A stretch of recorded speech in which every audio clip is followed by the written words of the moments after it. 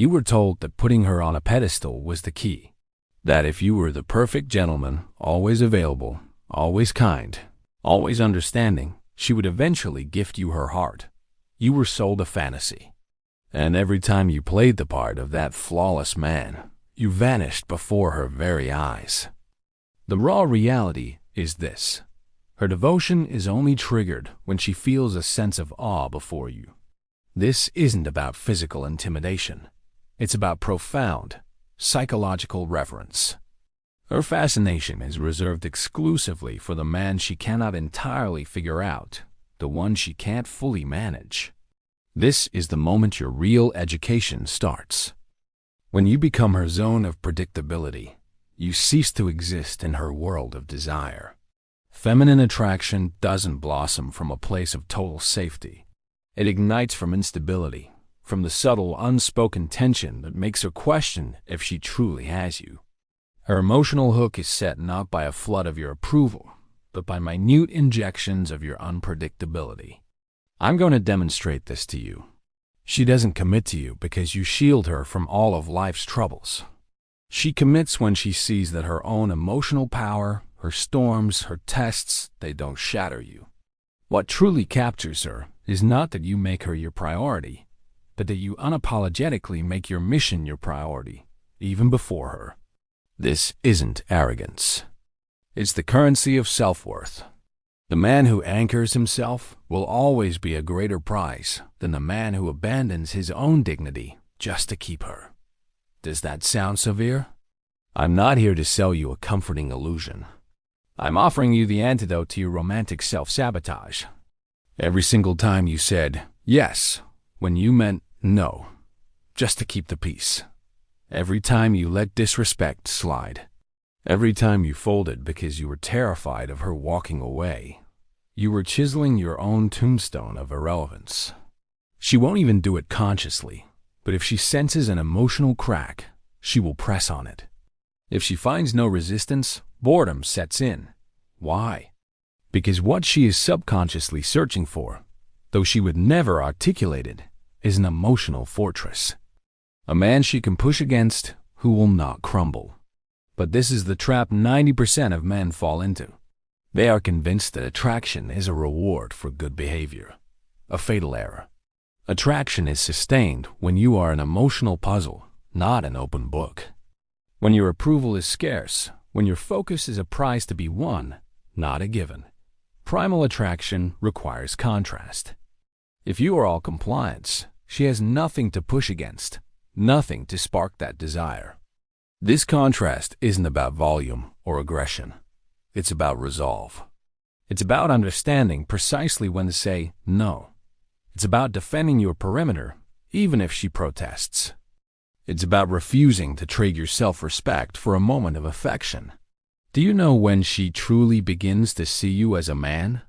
It's when her emotional theater no longer gets a reaction from you. When she can deploy tears, anger, or silent treatment, and you remain centered on your path. Not from a place of coldness, but from a place of principle. Because your emotional integrity is non-negotiable. And do you know the result? Her perception of you shifts. Her desire spikes. Her respect deepens. She realizes, on a primal level, that you cannot be manipulated. She senses her usual games are useless against you, that you are not a man who can be domesticated. And that very realization is a powerful aphrodisiac. Regardless of your physical appearance, if she doesn't feel the phantom threat of losing you, she will never be fully invested. It is that straightforward. And you, for all this time, have been pouring your energy into someone who was never truly all in. That pattern breaks today. In the next few minutes, you will learn the framework for becoming truly wanted. But first, you must wipe your internal hard drive. Everything you were taught about how to win a woman, we are going to delete and overwrite. This isn't about mistreating her. It's about ending the mistreatment of yourself. The lie was that being good was enough. It isn't. Real attraction begins the second you overcome your fear of her rejection. When you no longer need her validation to feel whole. When you can meet her gaze and project, This is my path. You are welcome to join or not. But I will not deviate from my mission to keep you. It is in that exact moment of absolute detachment that the entire dynamic flips. She starts to see you in a new light, because now she doesn't just like you, she admires you. And admiration, my friend, is the only bedrock on which lasting desire can be built. We are going to rebuild you from the ground up.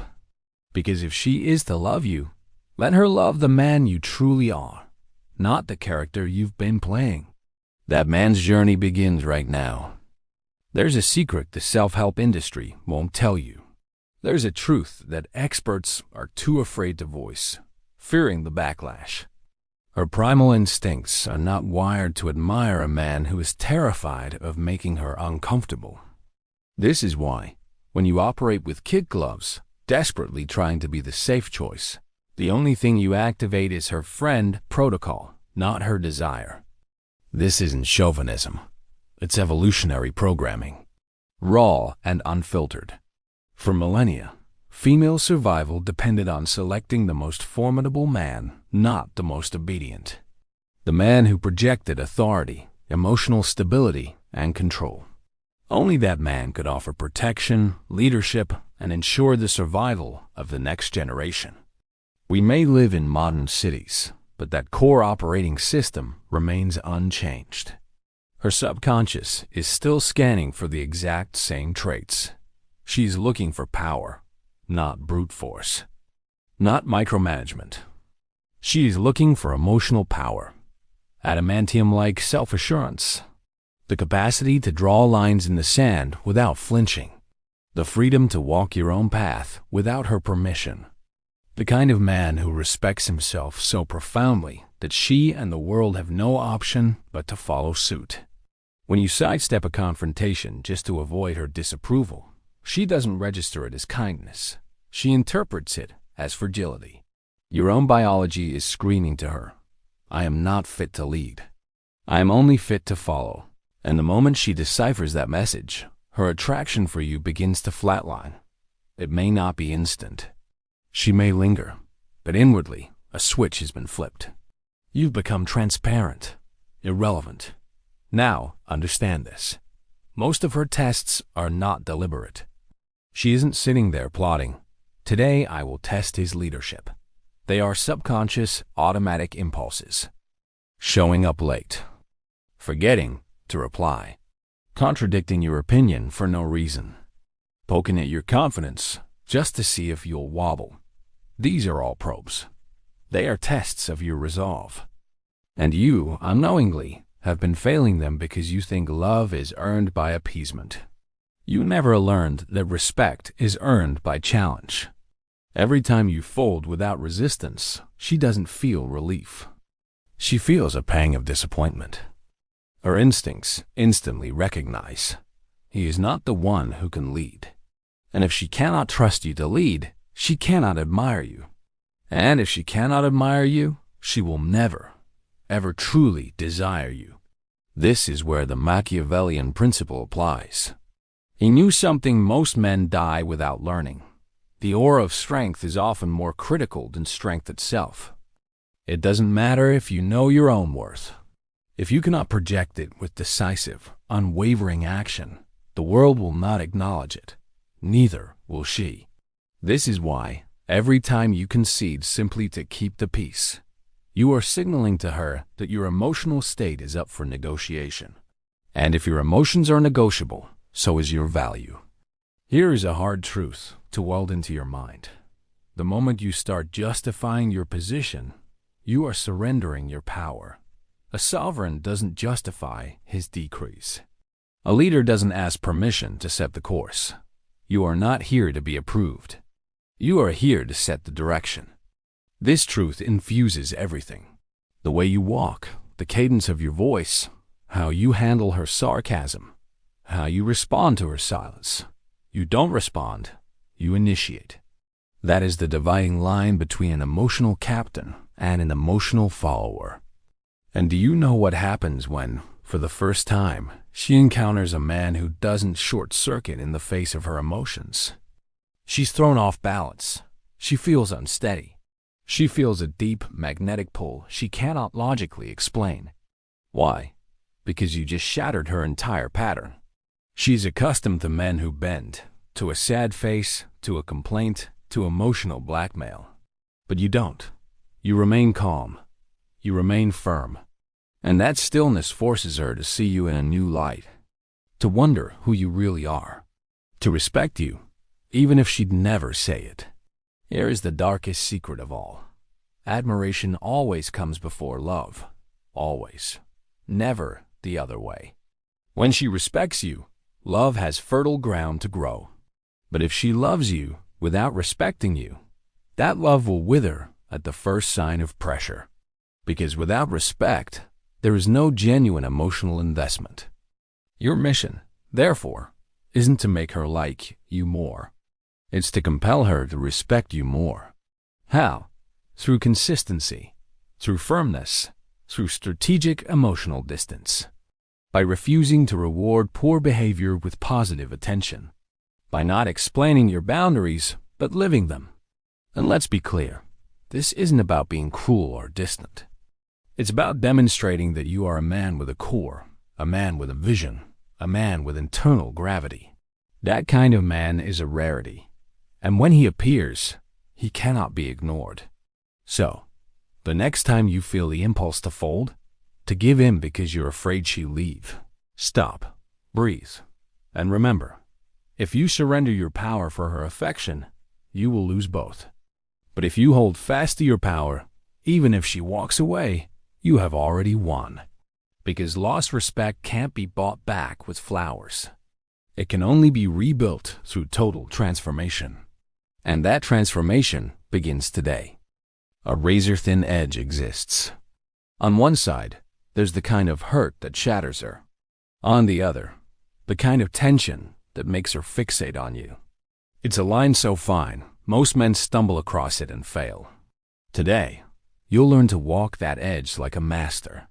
If you don't learn to manage this tension, you will break yourself or break her. Either way, you lose. Let's be perfectly clear. This is not a guide to being malicious. It's not about manipulation, cruelty, or humiliation. It's about understanding that tension in a relationship isn't just inevitable, it's essential. The problem isn't the tension itself. The problem is you've never been taught how to wield it. And if you can't wield it, she can't respect you. There are two forms of pain. Toxic pain is born from insecurity, bitterness, and resentment. It's the kind of hurt that insecure men inflict, punishing with the silent treatment, with fits of anger, or with cold indifference. That pain builds nothing. It only corrodes. But then there is transformative tension. This is the kind that arises when you anchor yourself in your principles, when you refuse to be emotionally blackmailed, when she tries to pull you into her vortex of drama, and you simply refuse to be a player in her emotional theater. That is the tension that changes her. In that moment, you are teaching her that her old rulebook is useless with you, that you don't react like everyone else, that you are not afraid to lose her if keeping her means betraying your own code. And even if she can't articulate it, a part of her begins to admire you. For the first time, she has met an authentic man. Let me give you a blunt example. She's agitated because you didn't reply to her text in 5 minutes. She messages, "Are you mad at me?" The average man scrambles. No, I'm so sorry. I was just in a meeting. I didn't want you to think ... double quotes. He thinks this appeasement builds a bridge. It does the opposite. It proves that his fear of her disapproval is his master. Now, envision a new response. She sends the same text. You simply reply, "I'm not." That's it. No frantic apologies. No long-winded defenses. What follows? Tension. But it's the kind of tension that forces her to reevaluate her control over you, to respect you more. This isn't accidental. It's surgical. This is precisely where most men fail. They believe leadership means being cold or harsh. No. You just have to be unshakable. Your power isn't in the volume of your voice. It's in the stillness of your center when she is trying to shake your foundations. Transformative tension appears when you say no and don't feel the need to justify it. When you reschedule a date because she was disrespectful of your time. When you meet her tantrum with calm silence instead of rewarding it with panicked attention. This tension doesn't push her away. It teaches her. It recalibrates her emotionally. It reminds her that the power isn't in her chaos. It's in your center. And she needs that. Her nature can be fluid, emotional, and chaotic. You are not there to be swept away by her currents. You are there to be the structure, the lighthouse, the emotional bedrock. When you lack that internal structure, she is forced to take the lead, and it exhausts her. Not because she's weak, but because she doesn't want that role. She wants to surrender, but she can only surrender to a man who has proven he is unbreakable. This is why, when you are too accommodating, she feels uneasy. Her instinct whispers, no one can be this agreeable and be genuine. So what does she do? She tests you again and again until she confirms her suspicion. And when she does, she doesn't break up with you in a fight. She just fades away. Machiavelli wrote, "He who does not punish an error makes it his own." Every time you tolerate disrespect without a consequence, you are silently agreeing that it is acceptable. And if you accept it, so will she. Your standards are not defined by your words. They are defined by your tolerance. This is why transformative tension is your most potent tool. It teaches her, without violence, that your boundaries are real. It shows her you are not emotionally available for games. That you can love her deeply, but you love your own integrity more. And that self-love is what mesmerizes her. Everyone else folds. Everyone else pleads. Everyone else buys peace by selling their dignity. But not you. You walk in the opposite direction. And that destabilizes her, confronts her, and pulls her in. Be warned. This power is not a toy. Abuse it, and you lose. If you use tension to control, to take revenge, or to feel superior, you cease to be a leader and become a tyrant. And that, too, breeds contempt. The balance is in your intent. If your intent is to protect your center, your peace, and your mission, the tension you cause is constructive. But if your intent is to punish her, you've already lost. You must be a surgeon, not a butcher. You must learn emotional precision, not emotional violence. And the only way to build that precision is through self-control and detachment. If you cannot face her tears without breaking, if you cannot watch her anger without rushing to fix it, you are not ready to lead. And being an emotional leader is, in the long run, what she finds most exciting. She can find men who are richer, funnier, or better looking, but a man who is the master of his own inner world. That is rare. And what is rare is valuable. And what is valuable is irresistible. That kind of transformation cannot be faked. It must be earned.